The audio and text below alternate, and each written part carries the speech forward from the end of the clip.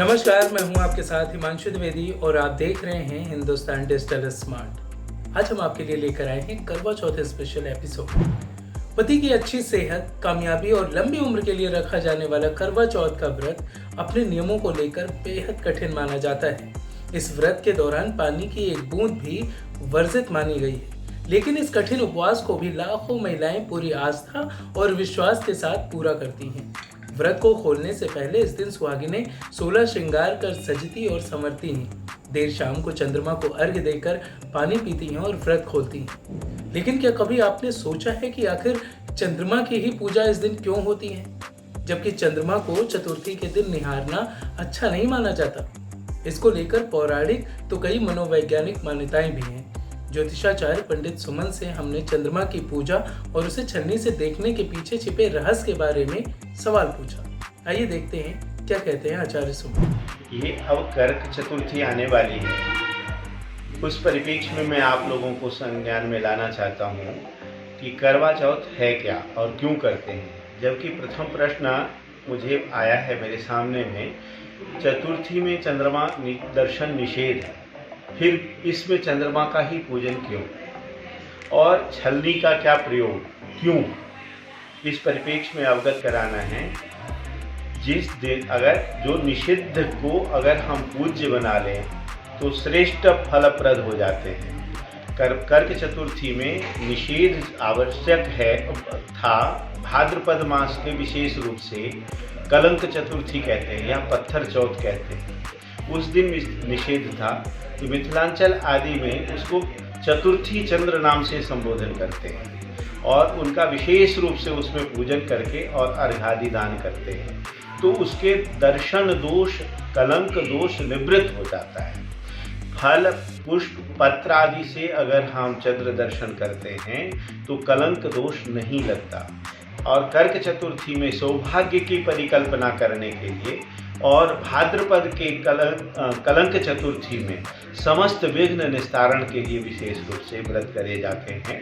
ये हमारी पौराणिक परंपरा है, पौराणिक कथाओं में इसका वर्णन है और यहाँ कथा वर्णन करेंगे तो विस्तार हो जाएगा। मुझे अति संक्षिप्त व्यक्त करना है।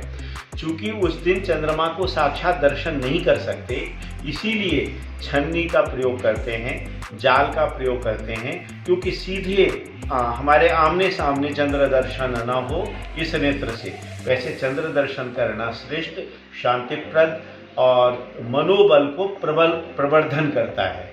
तो सौभाग्यवती की परिकल्पना करते हुए इसमें सौभाग्यवती स्त्री को, कुमारी कन्या जो विवाह योग्य हों, विवाह की अपेक्षा करते हों, विवाह में विघ्न आ रहे हों, वो लोग इस कर्क चतुर्थी का व्रत करें और व्रत की परिपूर्णता में चंद्रमा को अर्घदान दे करके और पति को भी उसका प्रतिपूर्ति, जलपान पति के माध्यम आदि से परंपरा आ गया है, उसका अनुपालन करें। अर्थात अभिप्राय है चंद्रमा और के भांति, रोहिणी और चंद्रमा के भांति आप पति पत्नी संगठित, सुभाषित और सुहृद जीवन व्यतीत करें। पौराणिक मान्यताओं के अलावा अगर मनोवैज्ञानिक पहलू पर नजर डालें तो इस व्रत के पीछे कुछ आदर्श भावनाएं छिपी होती हैं।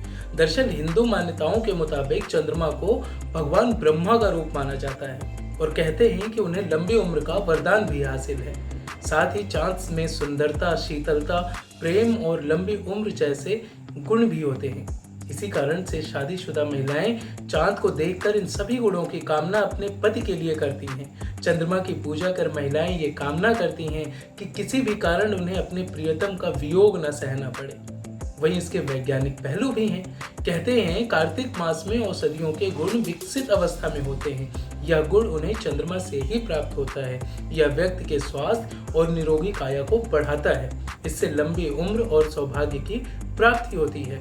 इसी तरह करवा चौथ पर छलनी से चंद्रमा और पति को देखने के पीछे भी एक मनोवैज्ञानिक वजह है। पत्नी जब छलनी से अपने पति को देखती है तो उसका मनोवैज्ञानिक आधार यह होता है कि मैंने अपने हृदय से के सभी विचारों और भावनाओं को छलनी में छानकर शुद्ध कर लिया है।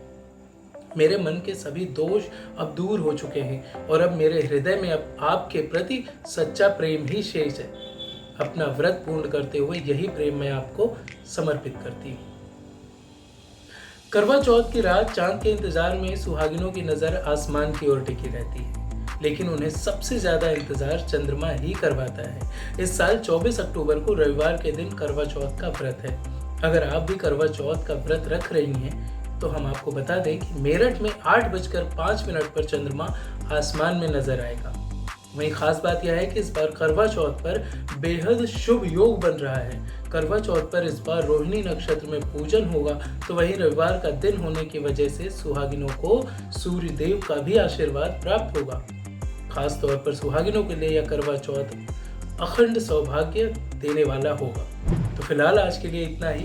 उम्मीद है यह जानकारी आपके काम आएगी। आपको हमारा यह एपिसोड कैसा लगा आप हमें कमेंट बॉक्स में कमेंट करके जरूर बताएं। अपने शहर की अन्य खबरों को देखने सुनने के लिए हिंदुस्तान स्मार्ट का यूट्यूब चैनल सब्सक्राइब करें और नोटिफिकेशन पाने के लिए घंटी के सिंबल पर भी क्लिक कर दें। अगले बुलेटिन में फिर होगी मुलाकात, तब तक के लिए मुझे दीजिए इजाजत। नमस्कार।